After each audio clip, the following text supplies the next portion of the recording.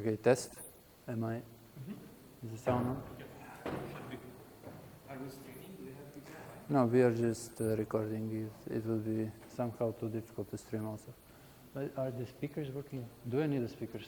Ty speakery. They were working. Jsou tady reproduktory? Do you want to make it louder? I mean, I can yell.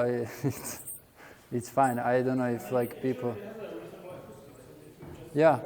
Then okay, let's. We can help you with this. Yeah, let's just try without them and if you, oh, I think they started.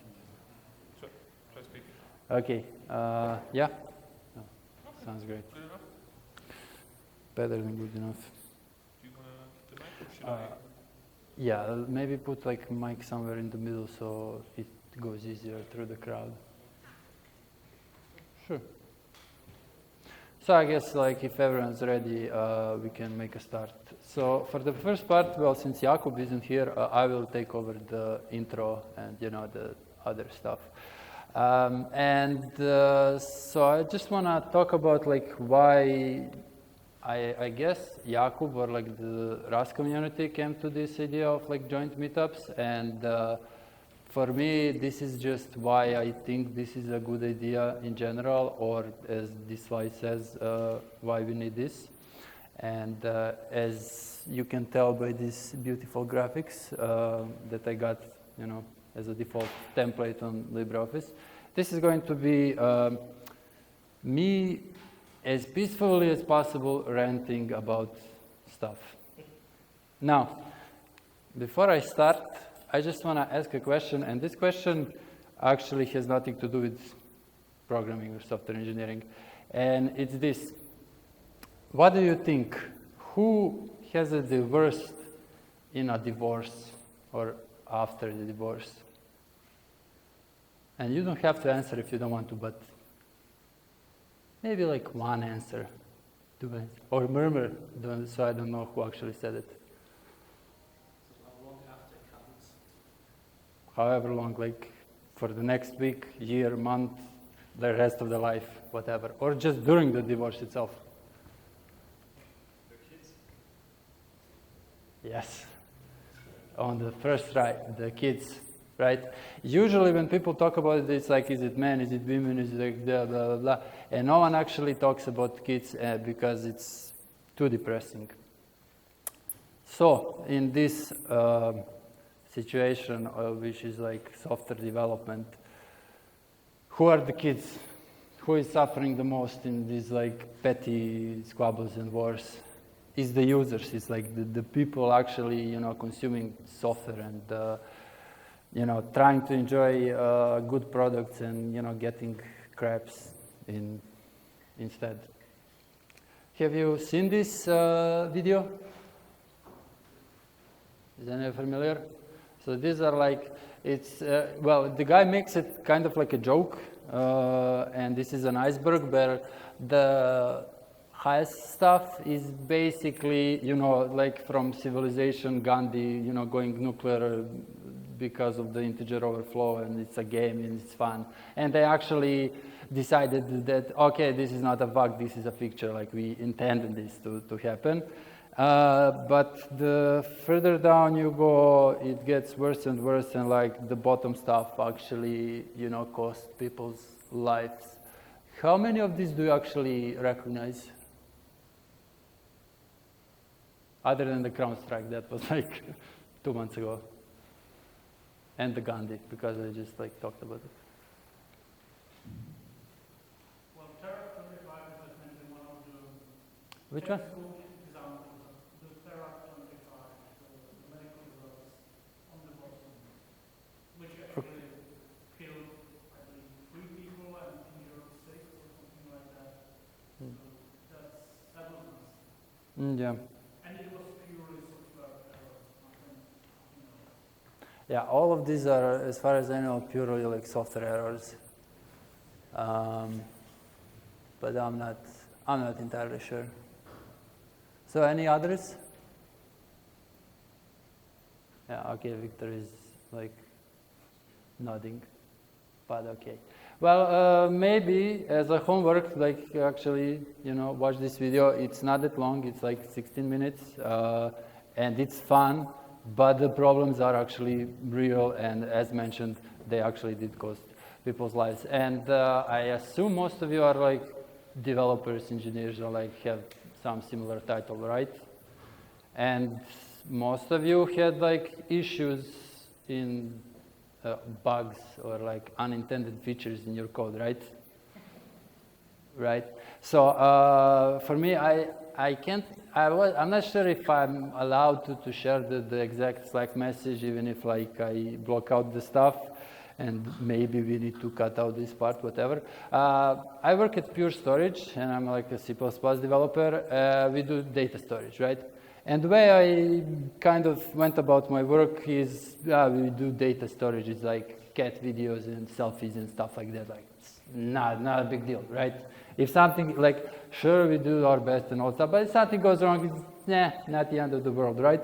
And then one day, it's been a year or maybe even more, and like I'm not exaggerating when I say that I think about this at least once a week. I get a message from like a teammate who went to another team, and he's like, yeah, like we need to test better and all this stuff.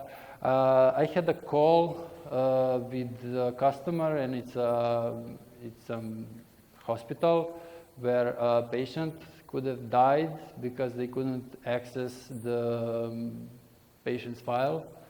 Luckily, they like figured it out and got like a different way to get in, and like everything was fine. But it was a wake-up call, and as I said, like I am not exaggerating. I think about this like at least once a week. It goes through my head like, well, no, actually, people could die. And we have other customers like companies that make weapons and stuff like that. So it's not just cat videos and selfies. It's actually important data, and like lives could depend on it. Although like, well. Is it really a good idea? It's a question. The point of this is, I don't think, well, maybe some of you are, maybe some of you are working on some like really important stuff and you are aware of it, and you have like standards like MISRA or I don't know what are the what are the standards in the medical industry. Wait, MISRA is like a general guideline for C, right? And C++. It originated from the automotive industry, but it's used. Yeah, and like automotive industry also has AUTOSAR. AUTOSAR is a component system, so those are two different things. But MISTRA is definitely a more or less binding guideline if you want your software to get certified for Yeah. some kind of safety-related stuff in Yeah, but like. Depends on the level you're working at. At lower level, something like MISRA, not even to apply fully, it's partially. And if you have Yeah, we probably should have used microphone for this. then sales are usually. Yeah. I think we talked about it like on the last meet stuff. There are like levels, and like air or aviation industry goes from A to D, and the medical goes from A to D, except that like the order is reversed, and doesn't matter. Like there. The point is that we start at the beginning. It's just Yeah. the bare minimum you could do to have some kind of assurance that your code base is not a complete right, but it's not the end. Yeah. Not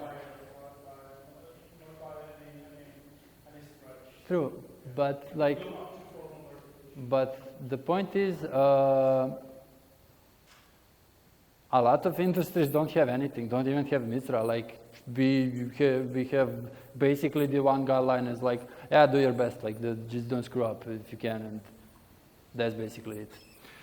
And I feel like we as an industry are kind of failing. And I say this in a sense that I saw an ad on LinkedIn for like Udacity. I don't know, like a week. I feel so bad for not taking a picture or like screenshot or something like that, because this guy was standing very proudly next to an ad that said average or no median developer salary in Silicon Valley is like something over 100,000 a year. Learn programming in 4 months. Like, bro, like 4 months, really? So like, I'm at this point mentoring this guy who wants to learn C for the embedded, and he studied physics. And I'm just realizing how much learning C is not enough. Like, you need to understand how the computer works on like the basic level, which he unfortunately doesn't. Before we go into like anything higher, like operating systems, networking, and whatever else. And this basically all stems from the fact that we are not regulated as an industry. So like we do whatever we want, and no one really wants, and like I personally don't want, maybe some of you disagree, and I would love to hear why. I would not like for the government to get involved and like say, okay, now we're regulating this, like these are the rules you need to follow, because I don't have any like data to back this up, but I don't think anyone ever in history said, oh, thank God the government got involved, things are gonna get better now. Like, no. Slightly disagree on this. I mean, it's nuanced. Yeah. You know, all the other engineering fields, like civil engineering, you know, electrical engineering, those are also sort of, you know, to a degree regulated by the government. You have standards that you need to follow. You can't just build buildings however you like. And I think it's a right. So Yeah. why not have a reasonable amount, and that's always the key, you know, always the trouble, a reasonable amount of government Yeah. or, I mean, societal regulation, so that, like you have said, that there are no crazy people who just think they can program after learning. Yeah, there was, like 2 weeks ago, there was meeting C++, you know, I was there, and there was lightning talk by Ivan, Dr. Ivan Čukić. He gets fussy about the doctor title. And he was talking exactly about this. And the example he gave, and the example that comes to basically everyone's mind is like, you can't just be a doctor. You need to go to medical school, and then you need to be, what's the word for the intern in medical? Resident, yes, thank you. Resident, and then like you need to pass some stuff, and then like you get to start doing, but like with some oversight, and then after some years you're allowed to actually be a doctor. And if you want to be a lawyer, again, I have a friend, you finish the law school, and then you need to be, well, maybe it's different in other countries, but like in Serbia, you need to be a paralegal for 2 years before you're allowed to take the bar exam, and then you're allowed to be a lawyer. And yes, like it's regulated for other countries, for other disciplines and stuff, and it's not regulated for us, and that's why you can say, yeah, you have a course in 4 months learn programming and earn like 100,000 a month, a year, whatever. But you can say you have a course, become a lawyer in 4 months or a doctor in 4 months. I would again prefer it if we, as a group, as a field, like as engineers, regulated ourselves instead of, you know, getting maybe some like rules, like government saying, no, you actually have to have a degree in computer science or like engineering, whatever, to be a programmer. Like as a base level, that would be great. But other than that, you know, would be great if we just regulated ourselves and did things like properly. By the way, because some of you might be insulted, how many of you, if any, don't actually have a degree in like anything programming related? So did you not study anything, or yeah, so how far did you get? 3 years. Yeah. I mean, that's basically a degree. Did you? Well, I was subscribed to the university for 4 years, and I don't want to comment on the rest. So you were around for 4 years before you decided, yeah, you're gonna quit. Yeah, before I realized I don't come there anyway, so. Yeah, I mean, okay, so for me personally, I just went for the first 2 years mostly, and then the third year was just like about, I mean, I got the master's, but all of that was just like, well, you know, why not get it, right? But the first 2 years were actually like crucial when I learned the basics, and then I could go on my own to learn things I want to care about, and then I learned the stuff I needed for the degree. So yeah. You know, we have preferences, but okay, you are all aware that like 4 months is not enough to learn programming. I mean, any number or even any degree by itself is not the answer. Again, these are like the rigid rules that people imagine when they think about some government regulations, but those are stupid rules and those don't work. The actual rules that work are based on best practices, and I personally don't care whether you learn those best practices, whether it was a university curriculum or Wikipedia. That's not the point. The point is that you follow them, and that whatever you create, whatever you output as a developer or programmer or however your job title is of a reasonable quality. That's the point. Okay. Whether you have a degree or not, right? Great point. And okay, this is taking like more time than I anticipated, so we can save these discussions for later. But let's like get back to this meetup, and like again, I strongly recommend to take a look at this if you haven't. So this is back in I think March when Pavel, who is both like in C++ and Rust, and was like, "Can you even read this?"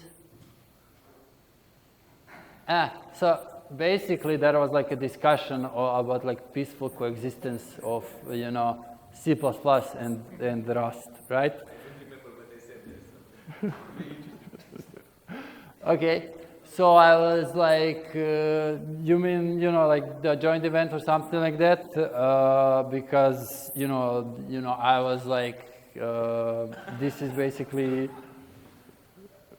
okay, so they remember, like, yeah, I had no intention of like starting a war because like there is way more of you and we would lose, so, you know.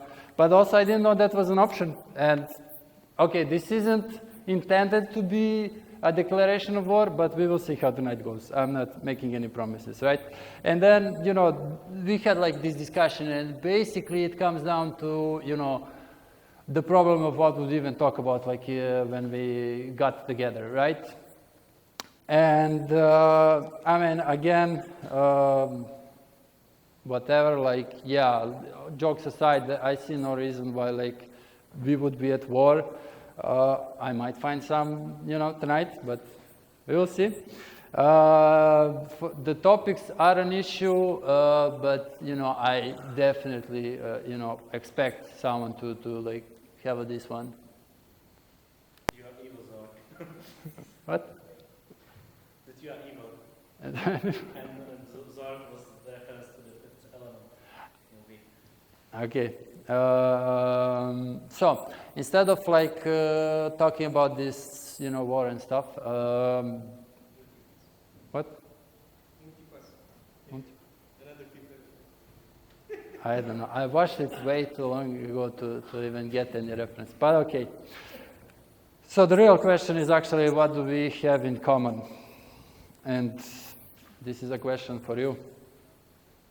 What's like, okay, how many, okay, so you are from C++, the two of you are from C++, three from C++. I think most of you are from Rust community. Okay, who's from C++? Oh, okay. I don't recognize most of you. Well, that's a great thing. Okay, and the rest, I guess, are like Rust developers, enthusiasts, and stuff. Yeah. Let me ask you a question again. I don't want to hijack your talk, but by all means, but it looks like that. Why do you start with this divide? I mean, What? why do you start with this divide? Why do you divide people into C++ developers and Rust developers? I mean, Because with like 20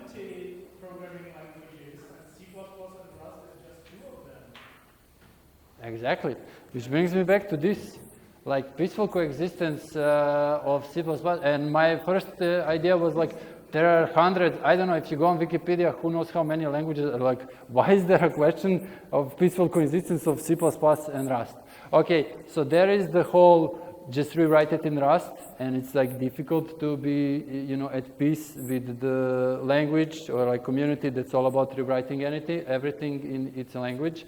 But for me personally, if you can prove that like Rust is going to solve all of my programming problems, I have no issue rewriting everything in Rust. Like, I don't care.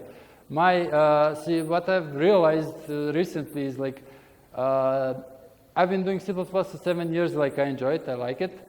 But what I actually want to do is like just build cool stuff that people are going to enjoy using. And I honestly don't care at this point what language, what technology, what framework, whatever. If you can, sure, I have most experience with C++, that's what I'm most comfortable with, but like if you give me a language and say, if you use this thing, it's gonna solve all your problems, I have no issue like switching to it. There is a question there. Was it serious what you just said? What? If you give me X, that's perfect, I will use it. What is it? You know, are you in Dreamland or what is it? There is no, that's the thing, like there is no perfect language that's going to solve everything. But if there was, I would love to use it. Like, I hope you get it. Like, that's exactly the point. That's the idea of this. Like, we all have problems, and as far as I can tell, we all have basically same problems. And instead of just like going on our own and having like separate meetups and talking about the same problems, why don't we just like get together and like talk about it together? Sure, and I'm not talking just about C++ and Rust, but because for some reason like those two are at war.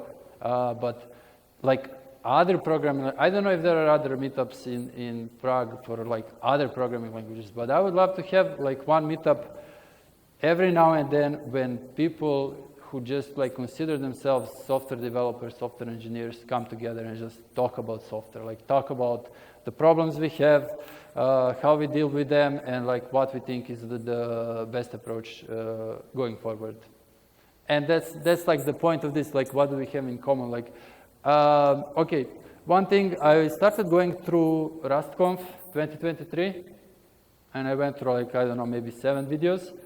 And I'm hearing things like auto-vectorization and like cache locality and like safety, security stuff. And I'm like, this is the same stuff I've been listening to in C++ conferences for like years now.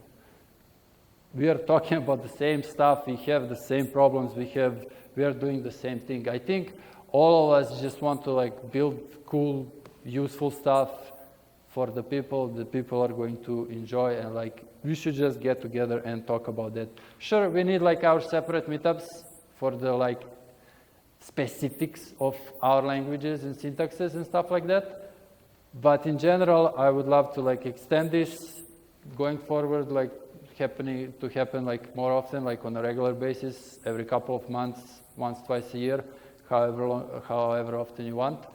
Invite people from other communities, other languages, and just like talk about software engineering and the problems and hardware, software, whatever. Like, because at the end of the day, we are all basically doing the same thing, and we all care about the same thing. And like, yeah, there is this another video from the same guy, and this is like how people are cheating on the interviews. And I mean, I just I posted it here mostly for this meme. Like, I don't know why they used Fang when they could have used Manga. It's so much better. So, okay, the takeaways from this, yeah, I mean, okay, people are cheating on interviews. Definitely we need to do something. Like, the first level is we need to figure out, like, how to fix the interviews, because, like, at this point, people are just using ChatGPT to cheat, and see about that. So the key takeaways from this would be try not to get divorced. It's very bad for kids. We're in this together, hopefully. We will see how this night goes. And like, yeah, let's talk about children instead of like arguing about toaster or like other nonsense. And that's all I had. After this, I mean, I assume there is going to be discussion on these topics, but I will save that for like after the talks. This has taken, as mentioned, longer than expected. So we have Pavel and Victor with their talks. We're gonna take like a 10-minute break and then start, or 5-minute break. What do you prefer? Let's make it 10. Okay. See you.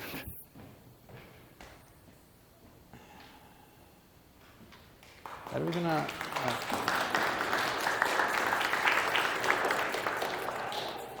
Do you wanna?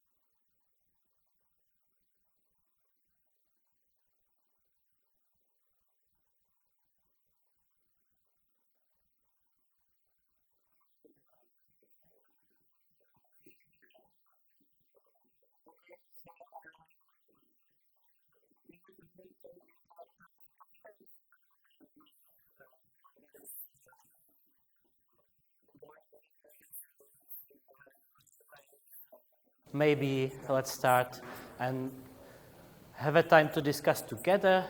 My plan was to make it possible after this talk to open a discussion. Victor had the same idea, so we'll have to maybe push it together in a way that will make one discussion instead of two, because that will be much better. Yep. So, I expected to see the screen here because I'm waiting for my new glasses and I don't see much. So basically, Miloš addressed this topic already pretty well. What brought us here is pretty clear. You saw the discussions. I didn't really expect to see this chat here on the screen, and I usually don't talk here because I consider myself an organizer, not the organizer, because although I started these meetups, after some time I have so many great people to help me, so even if I don't come, usually nothing happens, so everything goes even without me, but this time I was really waiting for someone to come up with some pretty nice talk, and then finally I said, okay, I will do one. And now, as you see it, Miloš shared a discussion between the three speakers here, of which at least I did not intend to speak at all. And that was a great thing that you saw how this all started. So I hope you enjoy the company. Who knows me knows that you need to expect something sharp and something provocative, which I really try to, put down so much so that I don't insult anyone here, neither from the C++ community nor from the Rust community. Basically, what you see is three speakers. All of us attended at least a couple of, well, that's me. They are long-term attendees of the C++ meetup. So we know each other. Victor, will you be introducing your path in Microsoft, or should I say it? Does matter. Victor was basically one of the top C++ guys in Microsoft, and now he's one of the top Rust guys in Microsoft. So this also sort of gives us some vibes here, because we are supposed to be, talking together and expressing what we have in common. But our relation is not so much symmetric, I guess.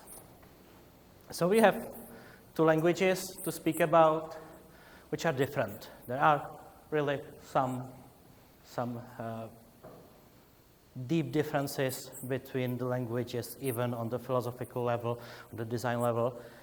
And we have like a situation here where many C++ developers, I hope none of you here, I guess, because those people usually wouldn't come to such an event, tend to be a bit nervous. They don't like that Rust is here, and they don't like that we are able to go and rewrite everything from C++ to Rust, that we like. We don't actually rewrite everything that they need to work on, but we rewrite everything that we just want to try out, because we have a new language. We need to try it out. We need to try if there's anything we cannot do with it, so that it can be either improved or thrown away as trash. So we need to rewrite stuff to a new language to try it out. It's not meant to be offensive, actually.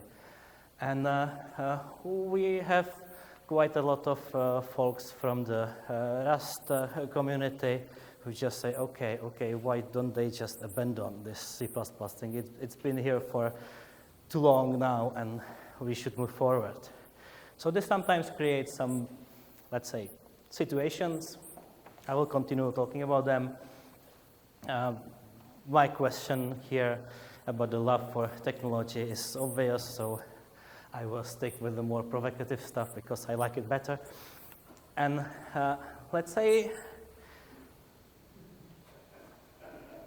I'm hitting this all the time. Like, I go to a C++ conference. People ask me about Rust because they know that I'm doing it as well.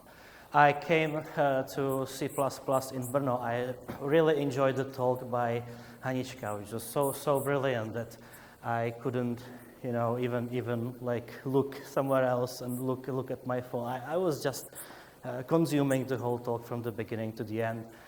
It was so great. And then I had some discussion, and someone I don't want to name, I guess he's not here, even without the glasses. And well, I never wore glasses, so it's a new thing for me. So it's I will be talking about it as much as about Rust. I so often have someone come to me and explain me things about Rust when that person doesn't speak the language, so to say. So this is something that really shouldn't happen, because we should first learn, then lecture others, and otherwise we can just involve in friendly discussions, and yes, okay, we can ask questions. Questions are okay, but please don't explain to me what I spent last couple of years with just because you read one article. Sorry, not gonna happen. On the other hand, yeah, we have Rust people going to C++ folks and ask about, well, why don't we just go a little bit forward to the future from the past? Something, yeah. So we have, yeah, basically, as I said that I don't see so well, so these are the other slides you obviously noticed already. So this was supposed to be this one. Yeah, we will have a lot of fun with me this time, because since I was ill in the summer, well, my sight is not so good since then. So basically, I was now going to talk about what happens when Rust folks criticize C++, or even like the decision to still stay with C++. Okay, we have our own difficulties, we have our own problems to talk about, so, well, why don't we stick with that? It's perfectly okay to, fight with the borrow checker. This is our main life challenge, so it's too easy to be bad about it. So as I noticed that you laughed at the first slide, that I didn't realize that was the one about worrying about the jobs. Well, you already saw it. Let's just go forward. I'm happy with that. Miloš is laughing so hard, so I guess this is good. So the topic of my talk was supposed to be a little bit technical. So this was just like an intro to warm me up. And I'm not going into any deep comparison. I actually just picked up very small things that may touch your heart deeply, but are like the small Lego bricks that make together the language.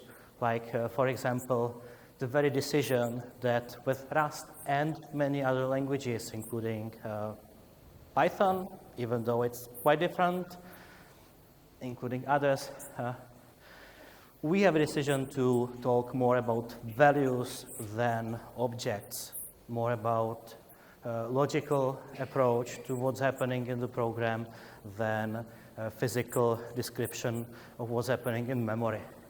Well, these things are approaching each other anyway, because in C++ you have the optimizer, so you basically specify what is happening, and then you specify that, okay, but it doesn't really have to happen, it just has to appear that this could have happened, and the result must be the same.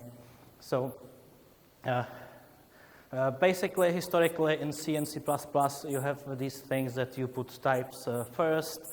So in order to catch up with the modern world, you have to say auto, and then you don't have to specify the type. Of course, if there's anyone looking at best practices in C++, you would tell me that I should probably not use this for integers.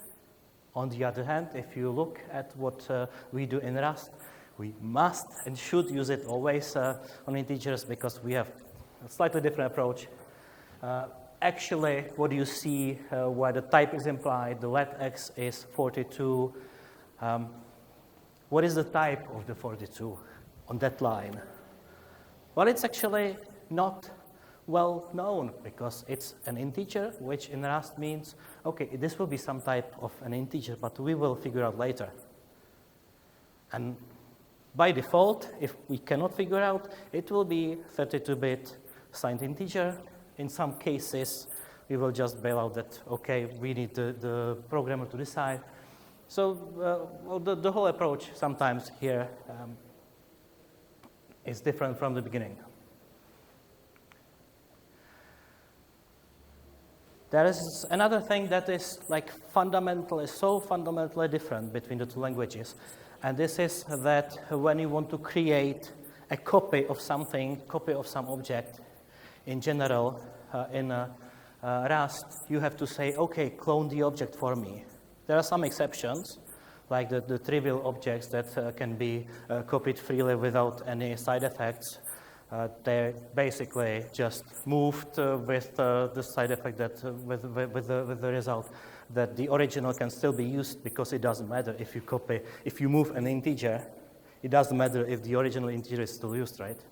So this is what we do. C++ basically says, okay, assignment is copy. Copy is whatever is needed for copy, including dynamic allocations. So again, I'm avoiding here any like decision about what is better. I have some ideas on my own, but this is not the talk where I would like to share this. So just let's say, okay, it's different. If we want to have some semantics like, okay, this thing cannot really be copied, but it can be moved as long as the original is gone, we have it in C++. It's stud move, which is basically a typecast that says, okay, if you assign and take the value from this, then basically we need to perform a move. And performing a move is a bunch of instructions that are defined for the specific type. On the other hand, with Rust, moving is just, okay, we take the bits and put the bits elsewhere. And everything, almost everything in Rust is supposed to support it. So most values, we call it values, but when doing courses, I often call it objects as well, so that people understand that, okay, this is basically the same. Different concept, but the same thing that we want to do. So basically, all data in normal programs, unless you have a good reason not to do it like that, are supposed to be done in a way that you can take them and put them elsewhere. So normally, we in Rust avoid like self-references, like the typical implementations of like buffer plus 2 pointers somewhere into the buffer and stuff like that. We can do it if we have to, but you know, the starting point of the thought, when we just want to make a simple program, we do it much different. And you will see it if you're like a seasoned C++ developer and you will go and try to make a simple program in Rust and you do it the C++ way, it will be hard. It will be very hard. If you go from Rust to C++, it will be hard as well. Maybe not that hard, because C++ is very, very permissive. It allows you to do wrong things, and therefore it's easier for C++ to allow you to do right things that are not right, obviously, for the compiler. Like I'm talking about the borrow checker here as well. So that is something. These are differences which are quite big. And, well, I personally like the notion that, especially in embedded, I can write in a way that, okay, I see where the memory allocations are, and it's obvious. But I understand that, like seasoned C++ embedded developers, which is not me, it's also some of the people that I have at my courses as attendees, because I still have lots of things to give the people. I still looked at lots of parts of C++ that I can provide them, even though in some areas I'm not as experienced. Sorry for that. I'm doing it. It works for me. Basically, after successfully doing C++ training from 2021 to 2023, I decided, okay, I should visit some conferences, I should go to some meetups, because now I'm basically a person who teaches C++ to people who've been doing it between just now to 20 years. And I didn't see any people, and I didn't talk to people about the best practices and about the modern development.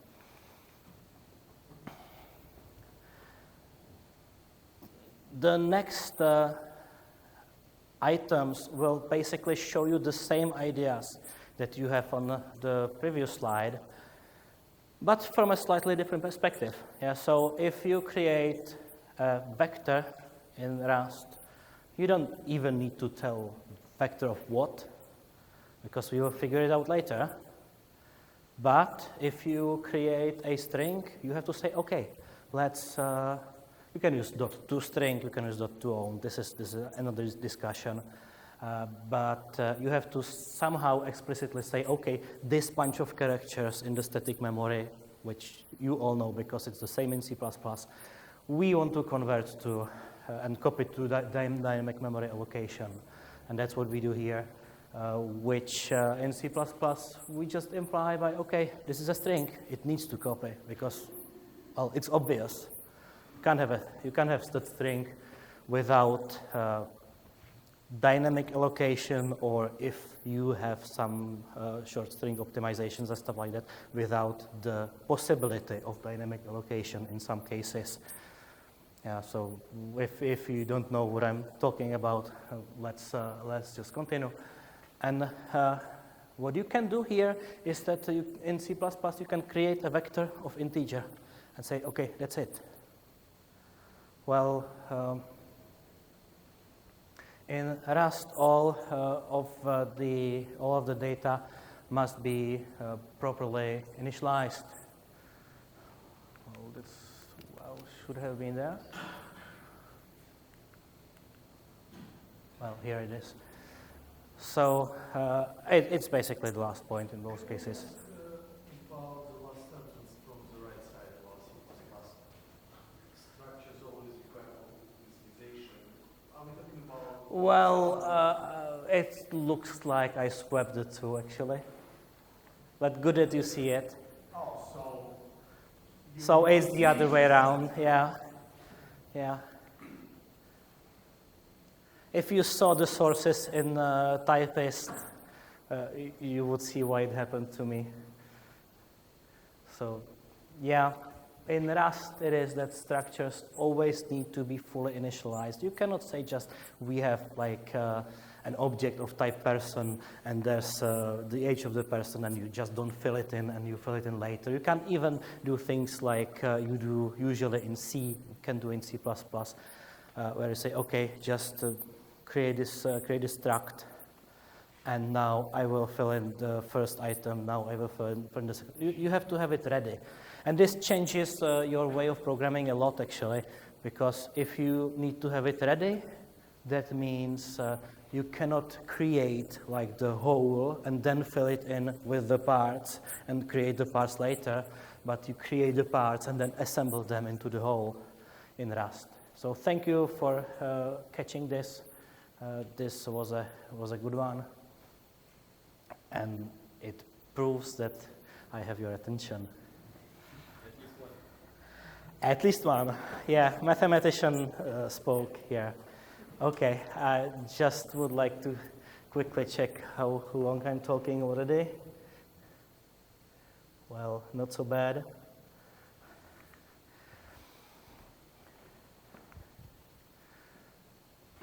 So, yeah, the big topic of safety. Again, I must admit here when the people from the Rust community are present. I love C++ because I love playing with all the details. I love the freedom and flexibility of doing the wrong stuff because it's so much fun. And Rust doesn't allow me to do lots of wrong stuff, especially outside the unsafe blocks, but many things cannot be done even within the unsafe blocks.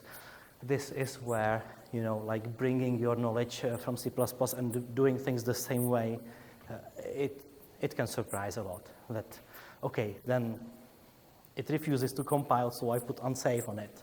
It still refuses to compile, and I have no way to do it easily in that, so that Rust would compile it. And even if I persuade it, I clearly see that it's wrong. I clearly see the undefined behavior there, and that I should not do it. And that's a horrible thing. With C++, I can play a lot and enjoy it. At the same time, well, this might be taken as mocking C++. But at the same time, if you ask for the safety, you have limitations. And it is not possible in a reasonably flexible language for made for this purpose that Rust is made for, to actually split the world into things that are wrong and things that are right. You have the middle ground, things that are right, that are perfectly correct, that you know you can do, but Rust refuses them. So you have to live with that. You have to work around it, or in most of the cases, actually, it may be so much work that you just want to avoid it. Maybe sacrifice a little bit of performance. And maybe later when you realize you need the performance, okay, you learn how to do it in unsafe Rust and you do it. People come to me and say that creating linked lists in Rust is difficult. No, it isn't. It's very easy. You have to use unsafe, but you just create a linked list and you are happy. And what is difficult is to fulfill the contract that your implementation will actually be sound, which is in Rust jargon. Well, we abuse the word safe and unsafe for a slightly different thing, so we have to use sound instead of safe then. But this happens, because things that are marked unsafe are not supposed to be unsafe. They're supposed to be carefully written to be safe.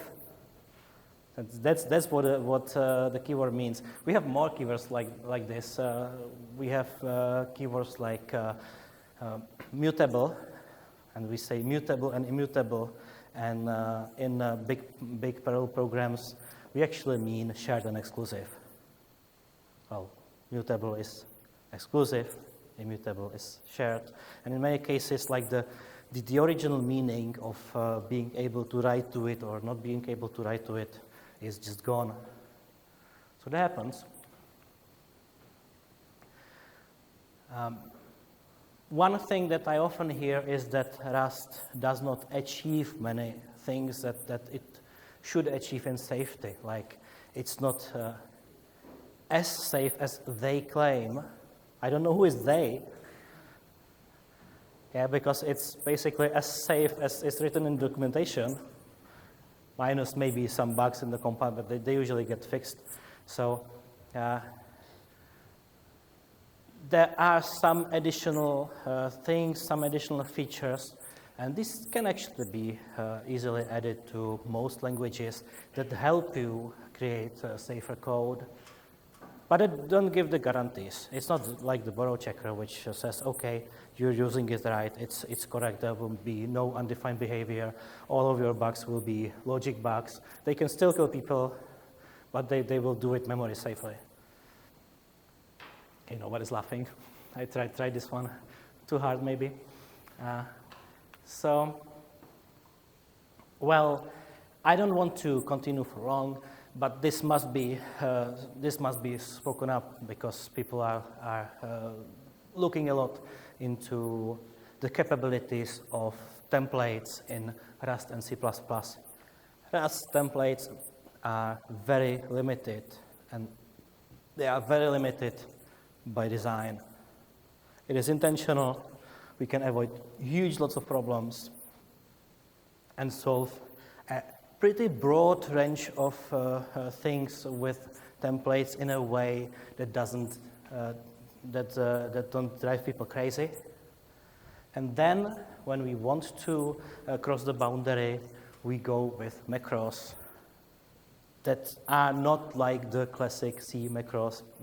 If you didn't look at them, these are basically transformations of pieces of Rust code to new pieces of Rust code, or pieces of something that doesn't even look like Rust code but is inside the macro, to something that is valid Rust code and can be compiled. So this is like a completely different point of view, because in Rust we do not want so clever templates. We don't want to work with them.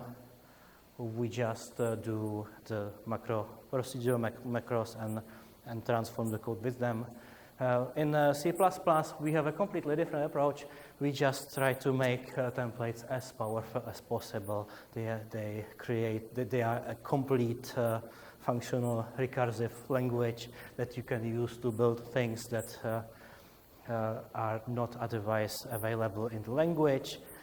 But we love that we can do crazy stuff with it, because then we can build a standard library or build alternative libraries where we just use the, basic, pretty complex template features to build things on top of them.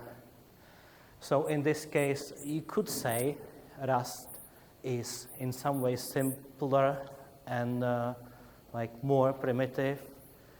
Because whenever it looks like it would be hard and it would be difficult, some things are simply handled in Rust, not just by macros, but also by some knobs right in the compiler. Some things are just accepted in the compiler from the normal workflow. So some things that in C++ would be implemented in the library, in Rust, they must be implemented in the compiler.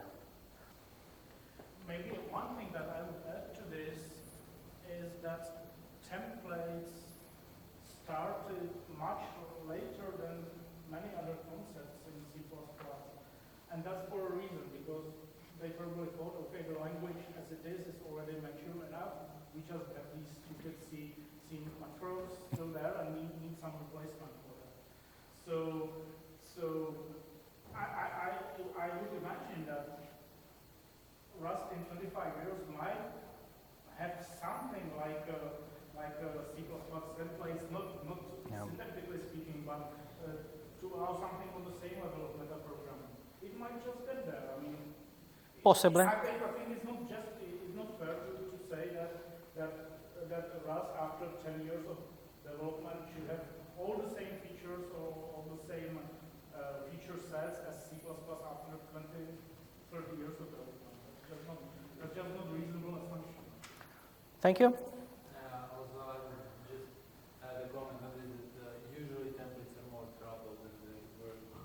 If you're using them in the older versions, the big part of the newer standards of C++ were all about just making it easier to work with templates, because otherwise it's just chaos and suffering.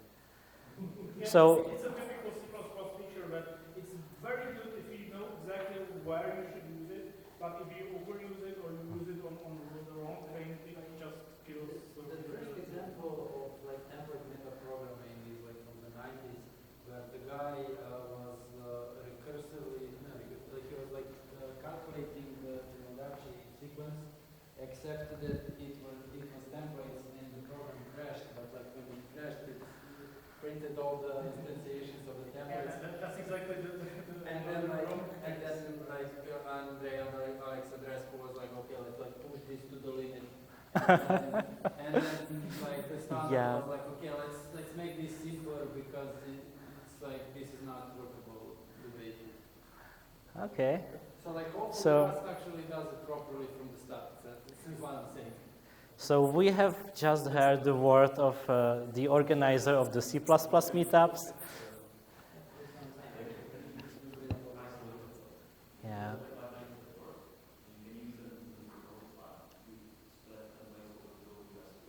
Sure. I think generally speaking, templates are really good for avoiding for your flight code. Yeah. Well, That's it. I think one more thing should be said here because templates and the features in the C++ standard library based on the templates is often done by including more stuff in the inheritance structure. So you have recursive templates that add recursive inheritance things in the inheritance tree, and the result is okay, everything works now. But deep inside, it's so big. And in Rust, we can't do it because we don't have like the full inheritance at all. Rust decided to avoid it, so we can't do it right now. I don't want to speak about the future. I will wait for it. So basically, this conclusion here originally was let us learn, not fight. Then I changed it to let us learn, not argue, because I thought fight was too strong. Then I cleared it, and this is what you see here. And this is where I wanted to open the discussion, but this time it would be better to pass the word to Victor, so he can tell you more about the things that I know nothing about, and that's interoperability. Cool? Thank you very much.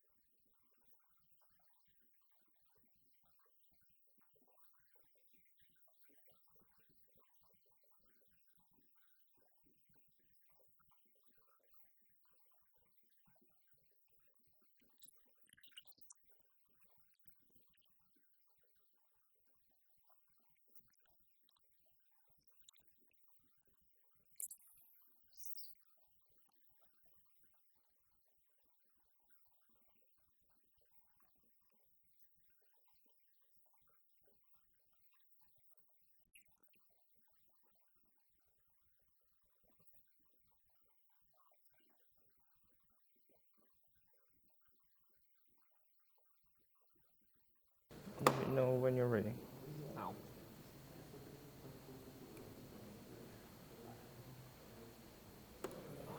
All right. Good. Hi, folks. Are you ready to start, or do you need a couple of more minutes? Okay.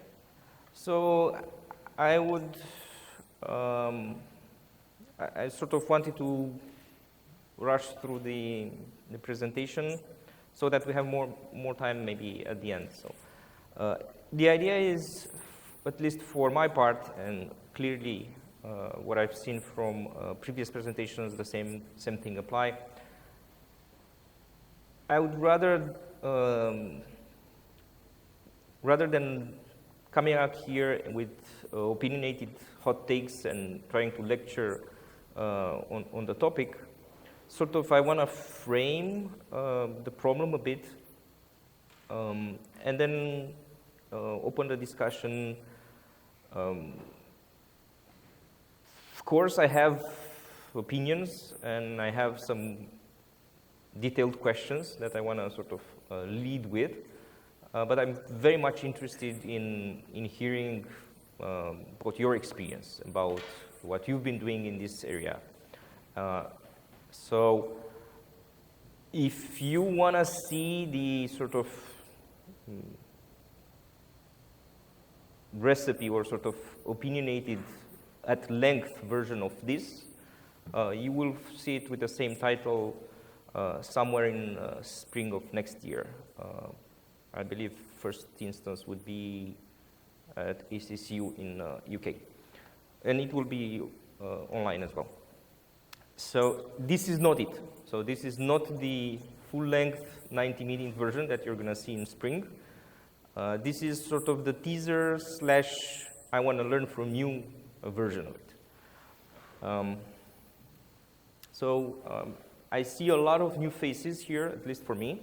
So in case you don't know me, these are sort of some of the places where I've done some damage in the past, and how you can shout stuff at me in public. All right, so this is not, I'm not aiming at sort of trying to convince you that either of the languages are better for some kind of workloads or anything else. I really don't care. I've been a C++ programmer for more than 20 years now, paid to write systems programs in C++. I was even on the Visual C++ team at Microsoft up until recently. Right now, I work on Rust tooling, and the mission of my team is to enable Rust adoptability at Microsoft at scale, implement required tools, and improve the developer experience and compliance so that we can do this thing as if Rust is a first-class programming language. And that's a high bar at Microsoft scale, both in terms of compliance and what we can do with it. Because it's a big leap from toying with it to building and deploying massive systems with it. And where I'm trying to get with, and by the way, this implies C++ and Rust, because it's very rare that you have a luxury of actually rewriting stuff in isolation. So that's why the topic of bridging the worlds, the topic of Interop, because the path to Rust, and I'm not going to get into why Rust or which projects are interested in Rust and for what purposes. I'm just assuming you are on that path, right? And if you are on that path, it's very likely that you have to interact with something around you. You're either consuming some kind of library, some kind of dependencies, or you are a dependency or some kind of leaf or some other part of a bigger project, bigger thing, right? So you need to interact with what's around you. So again, I'm not going to try to sell you on reasons and why I should rewrite and why you're rewriting and what you're getting out of it and so on. That's not the purpose of the discourse today. I'm just assuming you have to deal with this problem of hybrid projects and how they interact, both in terms of language level and at binary level, right? This is not a problem that we exclusively care about. Lots of companies care about this, and they're taking it seriously, right? I have two very good articles from Google that they published. If you haven't seen, you probably saw them, but if you haven't, I recommend you read them. They're very good. As opposed to Microsoft, Google is doing a lot more stuff in the open. So I think it's a good thing to follow because they're sort of sharing more upfront rather than when it's done. Not so much at Microsoft. So some of the ongoing efforts, right? Microsoft is not ditching C++ in any way, right? If you read pundits and blogs and stuff, it's like, oh my God, Microsoft is doing Rust now. That is true, but the amount of C++ that's in the company, it's enormous, right? And even if you look at new code that is written, the amount of C++ code that is written far surpasses the amount of new Rust that is written, just because of number of the projects and size of those teams and so on. So C++ is not going anywhere, and it's thriving. Rust is not going anywhere, and it's thriving, and it's growing at an accelerated pace. I would say across the industry, but what I know best is where I work. So we're making strides on both fronts, right? We need to address the safety issues with C++, and we've been doing that for decades, right? We've shipped an alphabet soup of technologies for hardening and providing safety for C++, both through the development life cycle and post-build tools and all sorts of things to harden C++ code, right? If you want to learn more about some of these things, you can watch my colleague Amanda's keynote from CPPCon this year. It's already online on YouTube. Or if you want to sort of see a more in-depth presentation of what's going on in terms of bridging these worlds, you can watch my presentation from Eurorust from a few weeks back, which is already online. I'm not going to go into details, those details again. You can watch those later if you're interested. So we're investing a lot in even more technologies to improve safety of C++, improve safety, reliability, compliance, both through the development cycle and, of course, post-build. All sorts of investments across the board. And you're going to hear about more of them very soon. Some sneak peek, like I said, in my presentation from Eurorust. But at the same time, we are investing heavily in Rust, right? We're working in open source to improve Rust. We're funding projects in open source to improve Rust. We are doing internal projects to improve Rust adoptability and Rust tools. So both of them are equally important for us. And what we're seeing in our projects internally is that these projects need to work well together, right? So that's, and Interop is one of the biggest challenges, right? The biggest challenges is not, oh, developers need to learn Rust now, or we're going to have turf fights of, oh, this project has been, we decided to rewrite this project in Rust, or whatever, write a component from this project in Rust. Those are not the real issues inside teams and projects. The real issues is how can we make this work and work properly. Okay? So there's all sorts of issues when it comes to Rust and C++ interoperability. From bridging FFI boundaries to how much unsafe are you willing to spread around as surface area, to boilerplate and automatic code generation and glue code, all sorts of C++ annotations that would be involved, right? performance overheads of marshalling and copying things around. Like the typical thing is copying strings or buffers around, right? They might be really cheap, but at scale they add up. And many of these workloads can afford any of these extra costs in marshalling, even if it's tiny, even if it's below 1%, it can make a big difference at scale. And difference means latency or performance or just money, right?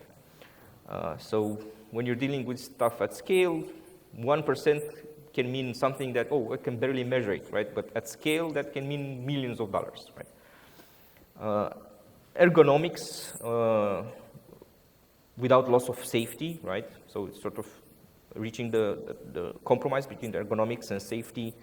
How easily you can automate some of these things, because again, if you have a large surface area, doing many of these things by hand, it's not a pleasant or easy thing, or something that you want to maintain long term, right? Something you want to check in as code. Interaction with at binary level, right? This is another concern that is highly important and frequently neglected, right? Many people tend to focus on superficial things like language level interop, which are important because that's where you start, but there's many, many considerations of binary compatibility as well. I'm going to go into that in more detail. And there's all sorts of oddities which are Windows-specific crap, as in, and by that I mean in Linux things are much cleaner when you want to do these things, right? Whereas in Windows, for many, many reasons, which I'm not going to go into, and many are fairly well known, the situation is much more complicated in terms of how the linker works, how libraries are linked, how DLLs work, how processes are built, how symbols are working, and so on. So there's a sort of an additional layer of complexity that is sort of Windows specific. So there's common complexities and challenges that are across all operating systems, but a bunch that are sort of Windows specific hell. And we have to deal with that, right? Maybe other companies couldn't care less about this problem, right? But we do. And sort of unironically, all the others expect that Microsoft should deal with that shit, because it's like you created the problem, you deal with it, right? So even if it's like a sort of a crowdsourced open source project, everyone sort of expects, oh, the Windows problems, you guys should fix them, right? You created the problems. And then there's like mundane things like build systems, like how do you manage builds and caching and interop in these hybrid worlds, and how do you drive CI systems and engineering systems. Like people usually tend to focus about some of these I don't know, shiny trinkets, as in, oh, I'm calling this function from the other function and it just works. But then you have to deal with the sort of the true engineering part of software engineering. And the true engineering part is not making the code compile. True engineering part is making systems on top of it, right? Being able to build engineering systems around it in terms of testability, building, deployment, verification, compliance, all the other tools that need to run after you've checked in your PR, right? I would say most of the engineering happens after your PR has been pushed. And there's lots of gaps in that area, and we need to address them. In order to make Rust succeed at Microsoft, we need to solve a lot of these engineering systems problems, which are, some of them are not trivial, right? And that includes building new tools, improving existing systems so they account for Rust and they play nice with the Rust tools and Rust ecosystem, because they haven't been built for Rust. They've been built for C++ for decades, or for .NET stuff, right? At least in our universe, right? But other companies are facing similar issues, right? With their build systems. See Bazel, for example, right? Anyway, I'm going to go into more details after this. Anyway, in terms of language level interop, because I sort of put things in two major buckets, as in language level interop and sort of binary interop. So for language level stuff, where you need to glue the two words together, where you need to sort of being able to do this bridging, this transition, right? There are a bunch of projects out there, some older, some newer, right? I would say each one tries to approach the problem slightly differently, trying to fix some of the issues with the previous tools, right? Sort of they say, okay, I'm going to fix that problem from the other tool, but they bring in new problems or new limitations. Sort of, it's none of these tools are sort of a superset of the previous ones, or better in absolute terms from the previous ones. As in, sure, they learn from each other and they meaningfully try to improve the situation, but there's trade-offs, right? It's very hard to check all the boxes, right? And from what I've seen internally in different projects, I would say we tried all of them.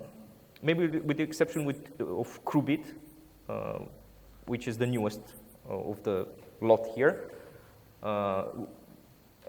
We tried all of them, and all of them are sort of used in some way or another in one of the projects, right? And although I like to say that, okay, they sort of, each of those sucks in different ways, people are using them, and they get the job done, right? They might have complaints, or they might say, oh, this could be better, or I don't like how that thing works, but they get the job done, right? That doesn't mean we don't want better tool, but that doesn't have to stop you, right? But we do need to address this issue. It's an important issue. If we want Rust to succeed, we need to make these tools succeed, right? Rust cannot exist in void in any serious engineering team, right? It needs to interact with some previous library. So we need to improve them. I'm picking just two here because I feel they're sort of more in focus right now, being maybe some of the recent ones, and so people like to talk a lot about these two. I'm not saying the other ones don't have good things in them or good things going for them. Like I said, we're using the other ones as well in some form or another. So who is familiar with any of these? Who's familiar with any of these? No, it's not a trick question. I'm not going to ask you to write code with it. Right? What family are these? What family are these? As in, you've heard of them, or you've seen some examples of them being used or something. I'm not saying I know how to use them properly. I'm comfortable with them. Like so I see a few timid hands, right? And I think you're right not to jump, right? I wasn't trying to trick you, honestly. So how about any of the other ones there? Aside from CXX and Krubit? Well, I did something with Bioengine, okay. Good. So I see some sort of, I think I counted maybe at most 6 hands altogether. So I kind of expected that. Yeah. Okay, so now I want to sort of sit down because I'm done with the slides and the lecturing, but I have materials. Don't worry, it's not an interactive sort of show and tell. I'm not going to put anyone on the spot, but I want to sort of start building on some of these. Oh, I'm leaning the microphone, sorry. I want to sort of start building into some of these things, and all right, that's good. So slides are no longer necessary. So I have notes and stuff to cheat. Okay. So I'm no longer going to have slides. I don't think I even need this anymore. I can unplug it. Right. But I do want to lead with some things, right? So even when you ask people, and I'm going to ask you the same if you want to sort of jump in and talk. And again, it's like, if you want, we can stop the recording if you sort of want to feel more comfortable to share. I'm willing to share some stuff. So, sorry, I need to jump to my notes here. Okay. Okay, so when you ask people about what do you understand about Interop, they will tell you very different things, right? Depending on what they had to do in the past, or sort of what their project needs, or what they're doing, or what they sort of suspect it should be about, they will tell you different things, right? So they will tell you about being able to mix both programming languages in the same project, as in have source files in one language and source files in the other language in the same project, and sort of build them together, and have the ability to, they will tell you, maybe I want to be able to import or include stuff from one source file to another, sort of share some representation of some data structure, or being able to call some function from this language to the other language, or the other way around, right? I want to be able to pass arguments, right? Or they will say, I want to just link together stuff that comes from different worlds, right? As in, I want to link these C++ bits with these Rust bits, and I want to link them in the same executable, right? And we've done many of these things. This is not exactly a new problem. We've done Interop in many ways, right? At Microsoft, we have sort of a long tradition of doing Interop, and I would say, who's familiar with Windows platform? Any Windows folks? Wow, I'm really in the wrong crowd here. Yeah. Yeah. So, believe it or not, one of the oldest Interop technologies at Microsoft was done over 40 years ago. 40? Yeah, probably right. No, probably less than 40, 30 something. And that is COM, right? COM is an Interop technology, right? The whole idea was meant in bridging components that knew nothing about each other, right? And Microsoft has a sort of this tradition of inventing all sorts of new things to glue things together. For example, when .NET came out, the immediate thing was, okay, we need to interact with C++, because, right, this is the new language, and we interact with what's around, right? Again, COM was used for that. Then there was extensions that we built within some C++ CLI, and even now we're using that extensively in many projects, right? Interop is not, in the context of Rust, is new, but in the context of needing to sort of bridge the new kid on the block with existing code, it's not exactly a new problem, right? And we've tried to solve it in many different ways, right? From interface definition language and sort of the idea of generating metadata for your program, for your APIs, to generating code effectively, having code gen tools that just spit out code on both sides and sort of make you have the ability to check in those things, or these kinds of bloatware generators, right? Bridge the two worlds. All sorts of things that we've done over the years, right? And even when you go and sort of think about what's the priority, as in if you ask a particular project team, or because we have to do that. I'm in the developer division, so we're building tools, right, for everyone else to use, both internally and externally. So we need to talk to project teams and sort of figure out what they care about. So if you ask them, what do you expect from this Interop story, or what's most important to you, right? Some teams will tell you that everyone will say they care about performance. Right? And no one will say, oh, I don't care about performance, like make it suck. No, everyone says they care about performance, but they don't all care in the same way or to the same degree. That's the reality, right? So, because that's why they're using C++ or Rust, right? Because they want to sort of live in the systems programming space. But again, they understand different things by performance. As in, for some people, some teams, performance might mean like really looking at every extra instruction you're generating and complaining about it, right? Teams that say that specter mitigations are too much for me, I can't afford those. I would rather have a meltdown than have mitigations in my binary. That's the reality. Two teams that, for them, performance means, oh, I just don't want to have sucky latency on this service. Right? So they're not necessarily CPU bound. More of their workload is IO bound. But they all say, oh, it's performance.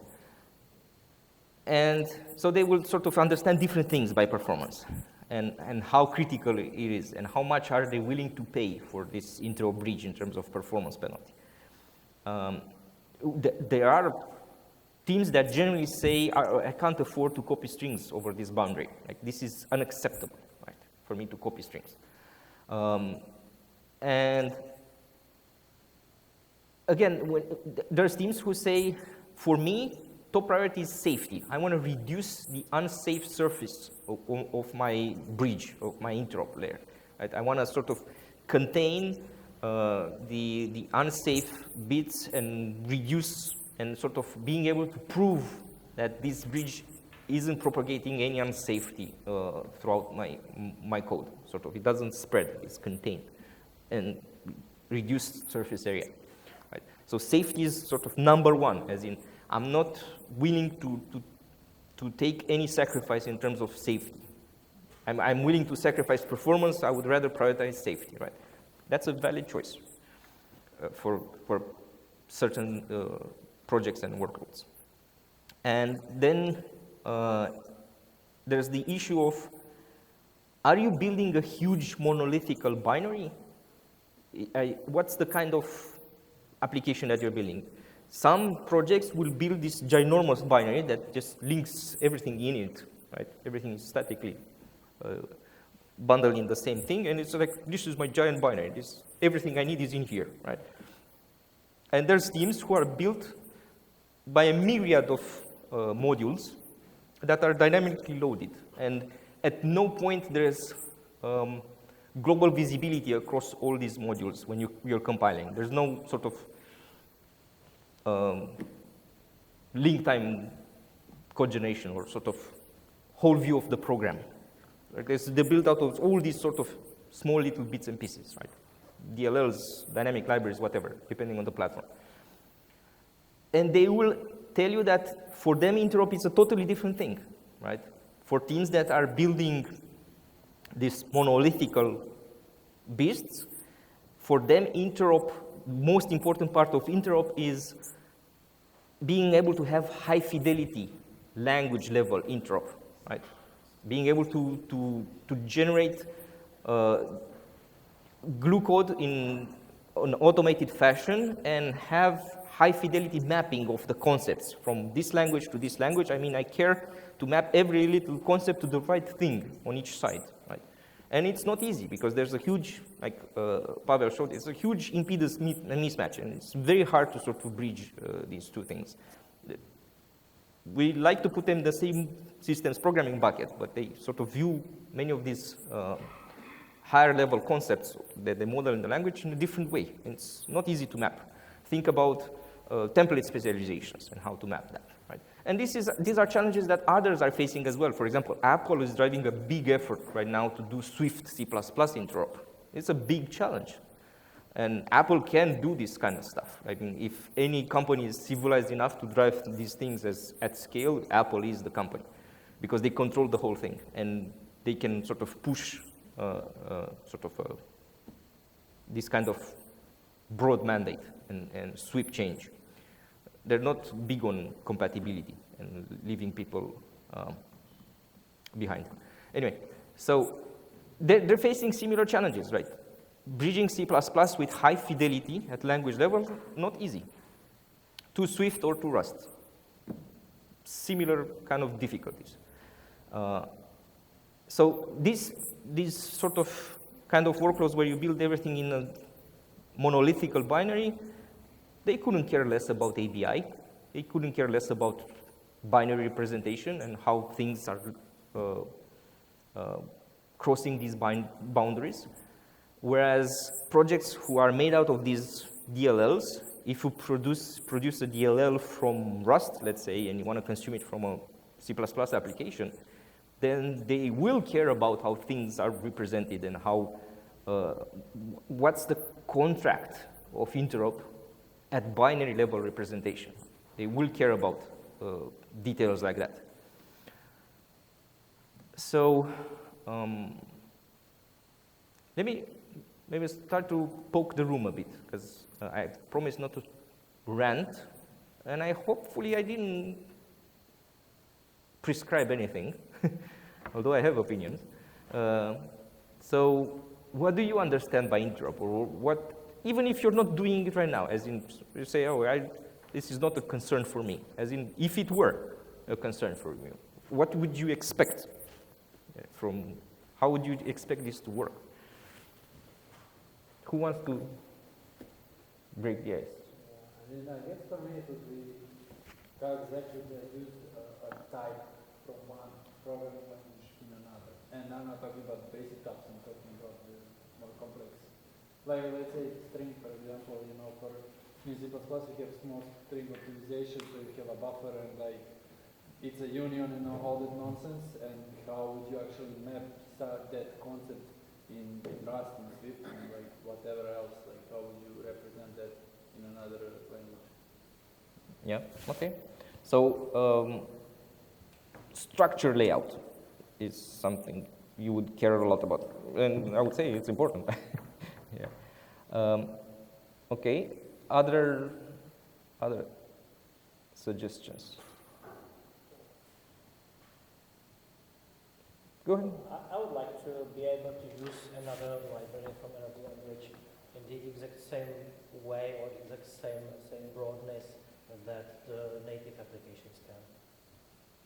To do the same things with it. As in, from which language to which language? From Rust consume a C++ library or the other way around? Well, in general, actually, if I can. And you want to consume that library as source code or as static linking to it or as dynamically loading it into your process? What would be your biggest constraint? Quite often there are some constraints, so quite often I don't have the choice, so I want some way to achieve it. Whatever it is. That's a magic wand kind of thing, right? Yeah. Yeah. Well, so speaking of, so with structures, there's the big question of layout and ABI representation and guarantees, and that's a big topic in its own. But even if you're saying, okay, I want to be able to call from this to that, and sort of I want to be able to have this symbol in my other language, this foreign symbol, have it in my other language. Most of the tools I mentioned, they will generate some kind of boilerplate for you, right? They will sort of, on the, let's say on the C++ side, they will generate some C++ code that is able to talk to some foreign function, right? Or the other way around. Go ahead. Yeah, but imagine that I have a library which is written in C++. It's based on inheritance, and it, for normal operation, it expects the program to actually derive its classes from the library. Ew. So in that case, it sounds a little bit more difficult than Oh yeah, sounds like you're looking for trouble. Yeah, always. Yeah. Honestly, this is the first time I'm hearing about this in this formulation. Sounds like almost like looking for trouble. So, yeah, I don't even know. So, for example, tools like CXX have sort of the ability to generate and sort of they strive for somewhat high fidelity in how they map from one to another, but they have known limitations and they sort of, and they're documented as in, okay, this language construct we don't support, as in we can't map it, as in if you need that thing, forget it. It's like, you can't map it. There's no way to map from this concept to this concept in either direction, right? Usually they sort of, the idea is from C++ they can't map to Rust. As in this concept in C++, we don't know how to map it in Rust. Yeah, yeah, that's usually the problematic direction. But even when you can, and you generate that boilerplate, imagine the following scenario. You have a surface area, an API surface area for some, I don't know, service or application. And you have big surface area for it. Lots of types, lots of functions and whatever. You run this tool, one of these tools, any of these tools, and it generates the glue code for you. What do you do with that glue code? You check it in. It's code, right? It's source code. You need it, right? You can't build without it, right? You need that source code, right? So now you have potentially megabytes of source code that is, although it's not identical, is duplicated. Semantically, you duplicated your API surface because you have the original one and you have the generated one, right? And this is sort of the kind of problem that Google is trying to address with Krubit, where they're sort of trying to leverage the compiler to do the heavy lifting without having the need to spit out the generated code so that you can manually include it, as in generate the C++ code that you would need to call the Rust stuff or generate the Rust code to call the C++ stuff and so on. So they sort of lean on baking in a compiler, like a full compiler, sort of and Apple does the same thing with Swift C++ Interop, as in the Swift compiler now has the Clang compiler in it. Like literally, it's like two compilers in one.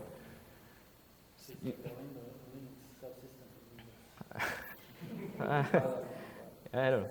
So there's what I'm seeing is like the biggest problem I'm seeing here is that we don't seem to have a consensus of what we want. And that's why all the tools that we have suck in different ways, because each tries to solve their own problem. And for some companies, maybe the problem is more uniformly defined. For us, for example, the problem is not uniformly defined, as in we have such a variety on projects and their interop needs that we just, it's hard to articulate in simple terms what interop means, right? So that's why I'm sort of trying to probe the room, and I was hoping to have more opinionated folks. But I'm actually genuinely interested in hearing what you understand by interop and what you expect in terms of interop. Because what I'm seeing by talking to various teams and looking at various projects and what they need is like, they need different things. And it doesn't seem that there is a solution that neatly maps over everything. As in, you kind of need different solutions for different goals that each project has. And I'm hoping I'm wrong, because it doesn't look good. Well, you know, one of the problems here is that the languages, although they target similar area or similar domain, they are really fundamentally different in many ways, like Pavel explained in the beginning. And therefore, it's really hard to find like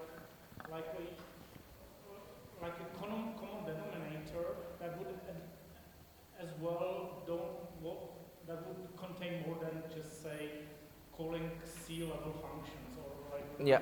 just passing basic primitive types to function. If your bridge is C, then it really sucks. I want to quit. As in. Yeah, it's probably in many cases it's the most reasonable solution because then you avoid a lot of problems. Yes. And Yes. what I wanted to say that with languages so different, you always face the problem that whatever seems idiomatic in one language is totally weird in the other one, Yeah. and vice Yeah. versa. Yeah. So again, yeah, Interop is nice. It's nice to be able to call object methods from object methods defined in C++ from Rust and still provide some reasonable memory safety. But maybe it's in principle, in general terms, an unachievable goal. Maybe we should just lower our bar and say, okay, we only can collaborate collaborate reasonably well on the C level. And many projects. Build bridges from And many projects actually do this because they say, okay, I don't have time for inventing some complicated rocket here. Let me just call the function. And they will lower to C on both sides, right? Because sort of C is the lingua franca for 40-something years, right?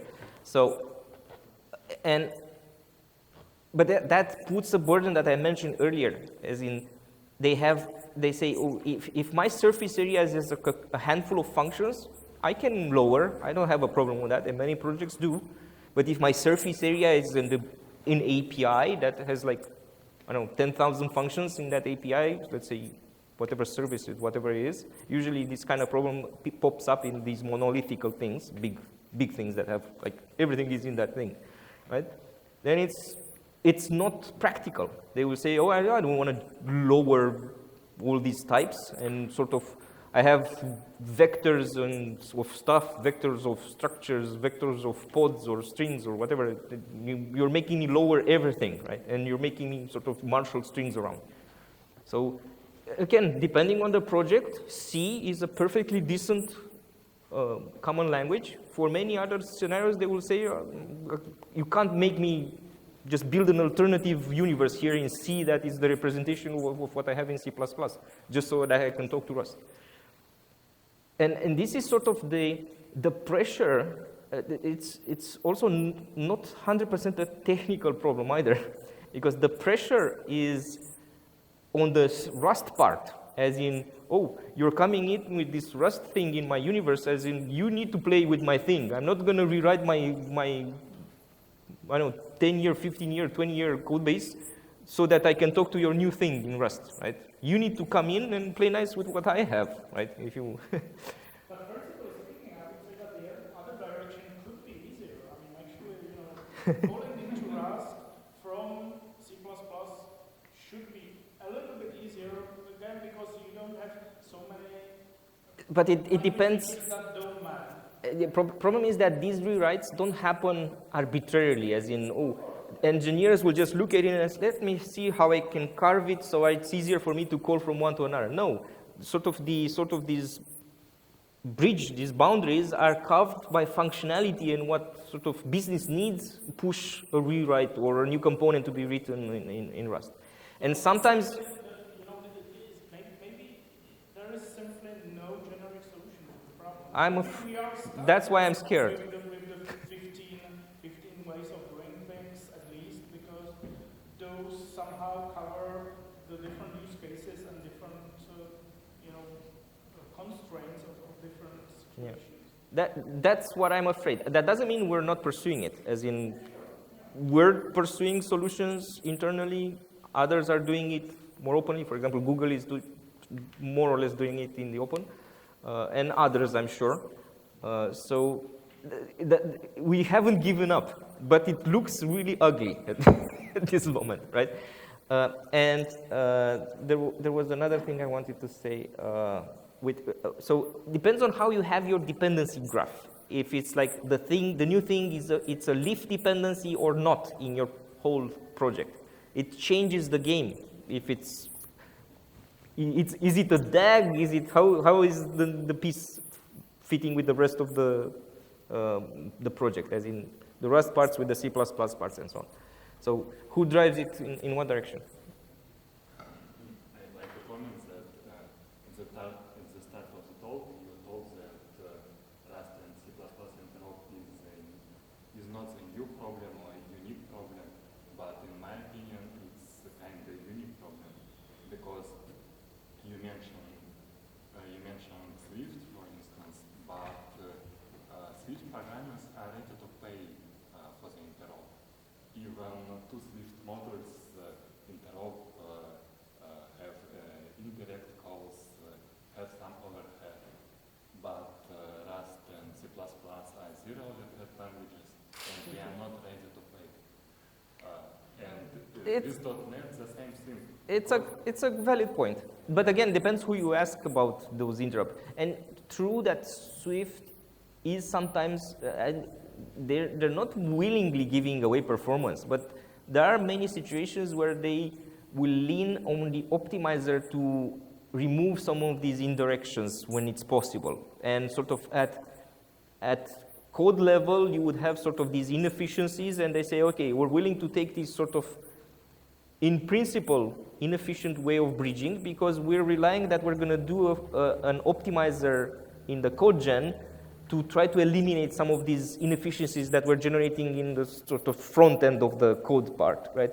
Sort of, they're leaning, even when they did Arc, for example, right? They generate, in the front end, they generate extra addref and release calls because they know they've implemented optimizer passes that remove redundant addref and releases when they can reason that they're unnecessary, even across function boundaries, right? So they sort of, you made a valid point that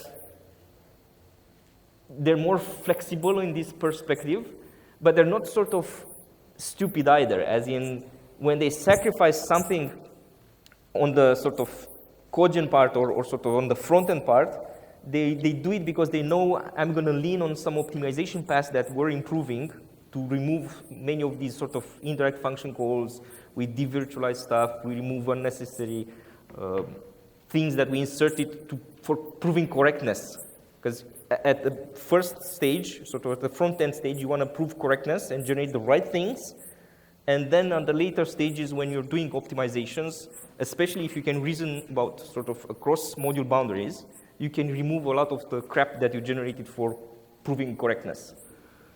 But it is true, they're sort of more willing. For example, if you think about the Swift ABI resilience model, right, and how they built that in Swift 5 so that they can evolve things by being able to guarantee ABI boundaries and how you can control opting in and out of ABI resilience, it does come with some cost.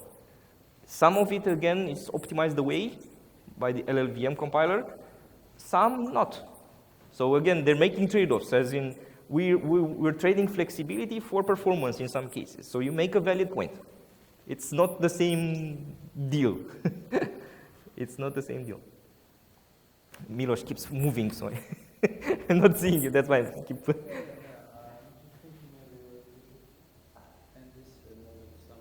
Yeah, sure. So I'm very interested to keep having these talks, but we can sort of adjourn from the rigid format where I'm sitting in a very uncomfortable position here. So I really like you got a picture that the idea of this one was to discuss. Okay, this weird. So basically, anyone who's interested in still like talking, you can stay. If there is a lot of us, then we will probably stay here or go to the Christmas market and scare all the people. Or if there's not too many people, then we will just find some bar or something like that and keep talking. And for everyone that's bored or tired after 2 hours, just we will not judge you if you go. By the way, since we're sort of bridging here two communities, who's familiar with Sean Baxter's work on Save C++?